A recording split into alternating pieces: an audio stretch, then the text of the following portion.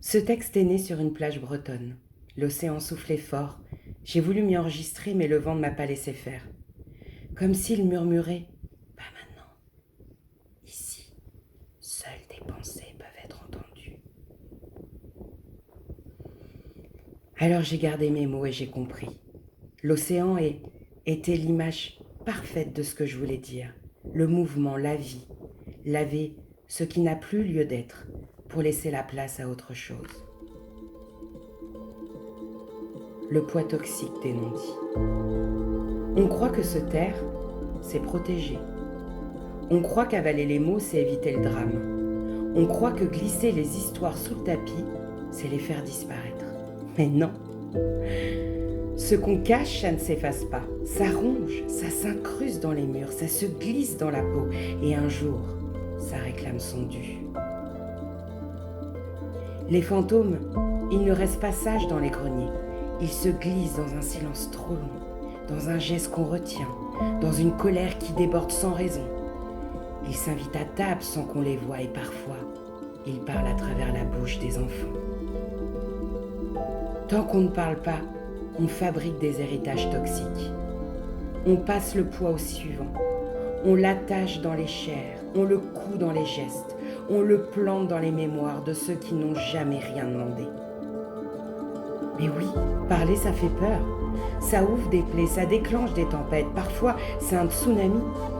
Mais ne pas parler, c'est pire.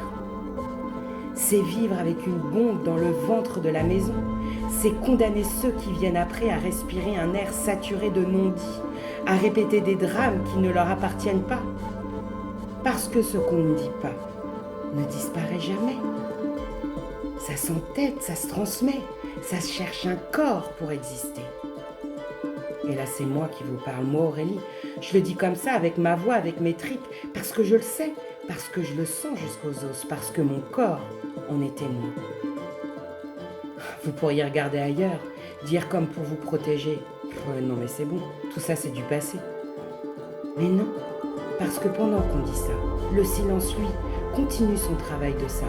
Et même la science l'a confirmé. Dans nos ADN, les traumatismes s'impriment. Ils s'écrivent, ils se gravent, ils se transmettent encore et encore. Alors ce ne sont pas des fantômes imaginaires, c'est inscrit dans la chair, c'est inscrit dans la mémoire du vivant. Et je comprends que ça fasse peur. On croit toujours que ce qui n'est pas dit n'existe pas. Mais c'est faux. Ce qui ne se dit pas, ça existe quand même. Ça existe dans le poids d'un silence trop lourd. Ça existe dans les regards qui fuient. Ça existe dans les gestes qui hésitent et surtout,